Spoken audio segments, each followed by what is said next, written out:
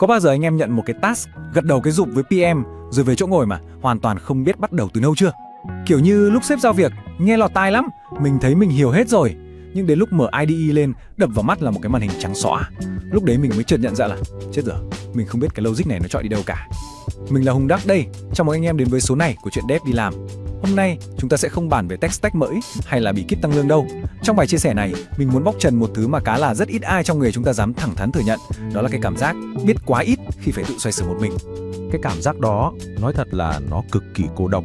Anh em cứ thử hình dung mà xem. Mình đang ngồi giữa một cái văn phòng đông đúc, vừa mới vô cùng tự tin gật đầu nhận việc ban nãy xong, nhưng bên trong đầu thì trống rỗng, không biết phải hỏi ai bây giờ. Và cái quan trọng nhất là mình không dám để cho ai biết là mình không biết. Đặc biệt là khi anh em đã bước lên một nấc thang mới trong sự nghiệp, khoác lên mình cái chức danh mid-level chẳng hạn.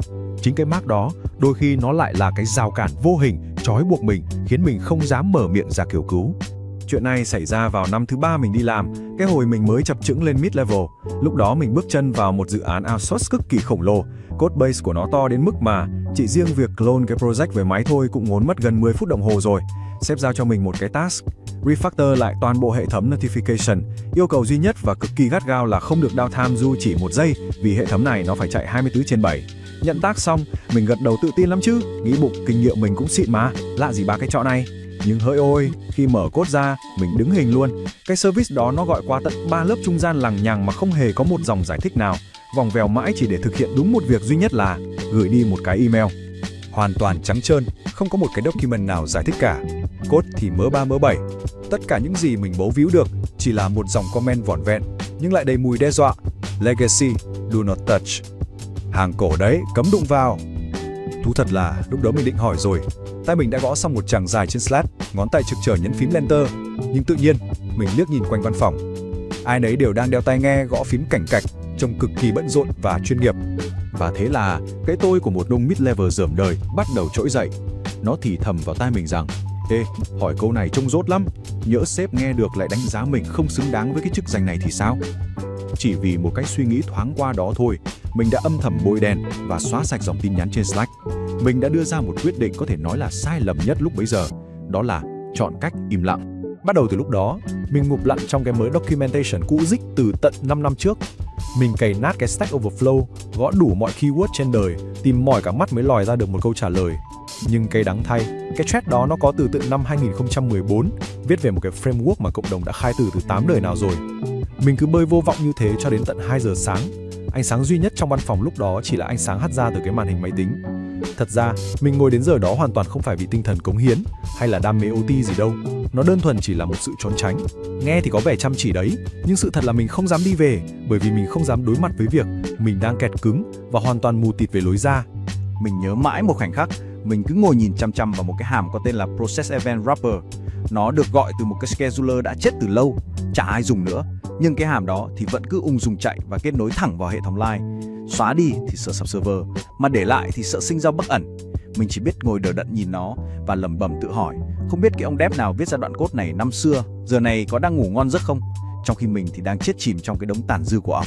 Sáng hôm sau bước vào buổi stand-up, PM lướt qua bảng Jira, rồi quay sang nhìn thẳng vào mắt mình. Anh ấy hỏi một câu rất nhẹ nhàng thôi, nhưng với mình lúc đó nó nặng tượng ngàn cân. Hùng ơi, task notification xong chưa em? Sáng mai khách hàng cần demo rồi đấy. Tim mình như hẫng đi một nhịp. Trong cái cơn hoảng loạn tột độ, mình lắp bắp bịa ra một lời nói dối. Dạ, em đang vướng một chút logic chỗ database. Chắc trưa nay là xong ạ. Mình thốt ra câu đó một cách máy móc, dù trong thâm tâm mình biết cực kỳ rõ. Mình còn chưa đụng được một cái móng tay nào vào logic database cả. Thậm chí là cái hàm process event wrapper chết tiệt kia, nó làm cái trò trống gì, mình còn chưa mò ra cơ mà. Nhưng PM không nói gì cả, anh ấy chỉ im lặng gật đầu, chỉ vậy thôi. Không một lời mắng mỏ, không hề vặn vẹo thêm. Nhưng tin mình đi anh em ạ, cái khoảng lặng đó, cái gật đầu im lặng đầy thất vọng đó, nó nặng nề và đáng sợ hơn bất kỳ một lời chửi bới nào trên đời. Mình cúi gằm mặt nhìn xuống cốc nước, mồ hôi lạnh toát ra dọc sống lưng. Mình cảm giác như bản thân là kẻ duy nhất trong căn phòng này hoàn toàn không biết mình đang làm cái quái gì. Trưa hôm đó, mình lủi thủi ra ngóc ngồi ăn một mình. Mình ngẫm lại 3 ngày vừa qua. Mình đã bơi, đúng là bơi rất nhiệt tình, nhưng lại bơi trong vô vọng. Giống như một người đang đuối nước giữa biển khơi, cứ vung tay đạp chân loạn xạ, vắt kiệt sức lực nhưng chả tiến lên được centimet nào cả. Và rồi, mình tự đặt ra một câu hỏi mang tính chốt hạ. Nếu lúc trước mình không dám hỏi vì sợ người ta nghĩ mình dốt, vậy thì Ngay tại thời điểm này, với cái kết quả trắng tay không có gì để demo, mình đang trông thảm hại và vô dụng đến mức nào trong màn tim. Anh em thử dừng lại một chút và ngẫm xem, đã có lúc nào anh em tự đẩy mình vào cái thế tiến thoái lưỡng nan y hệt như vậy chưa?